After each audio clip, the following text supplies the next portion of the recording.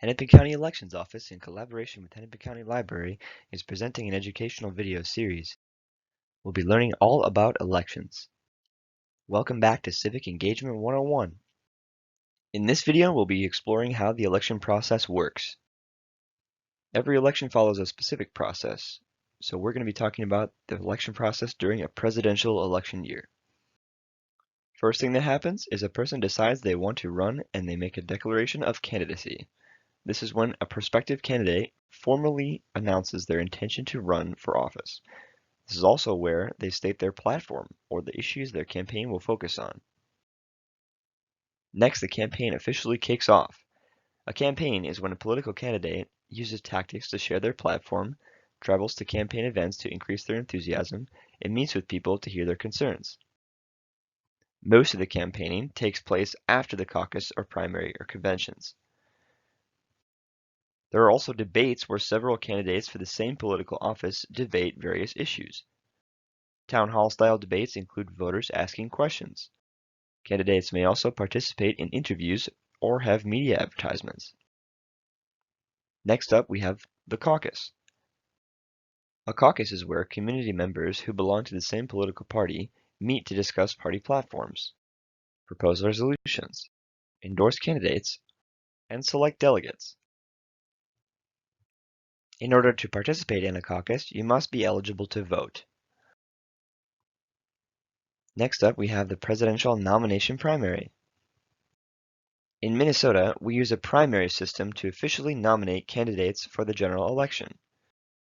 For presidential nomination primaries, only major political parties can participate.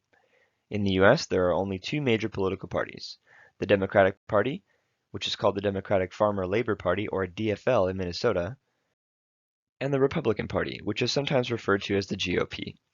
Following all states' presidential nomination primaries or caucuses, there are party conventions. Party conventions occur at the district, state, and national level. At party conventions, parties nominate or endorse candidates for the presidential election.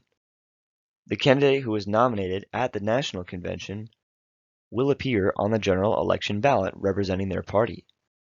For other races in Minnesota, we have an August primary. The goal of a primary is to narrow the candidate pool for a position. Those candidates who acquire the most votes in the Minnesota August primary will appear on the ballot for their party in the November general election. For a primary, you are only allowed to vote for candidates from one political party. Next up is the general election. The presidential general election occurs every 4 years in early November when people vote for candidates that they would like to elect for president and vice president. Voters are indirectly voting for these candidates.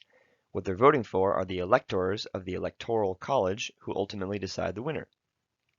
For other positions on the ballot, a majority vote is needed to win and will be elected into the position. So let's talk about the Electoral College. The Electoral College is a system defined in the United States Constitution.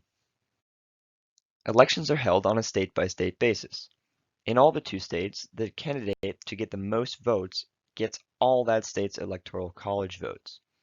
This can mean a candidate might get fewer votes nationwide, but they can still win the race. Electors meet after the election in December. They're usually bound by law to vote as their state directed them to. In all of the US, there are 538 electoral votes. The number of votes a state gets is the sum of their senators and representatives combined, so no state has fewer than 3 votes. California, for example, the most populous state, has 55, whereas Washington, D.C. gets 3 votes. In order to win the presidency, a candidate must get 270 electoral votes. In our state of Minnesota, we have 8 electoral votes. That concludes this video on how the election process works. Thanks for watching. Stay tuned for more important election information. And as always, you can visit hennepin.us/elections for up-to-date information on voting in Hennepin County. And don't forget to subscribe to our pages.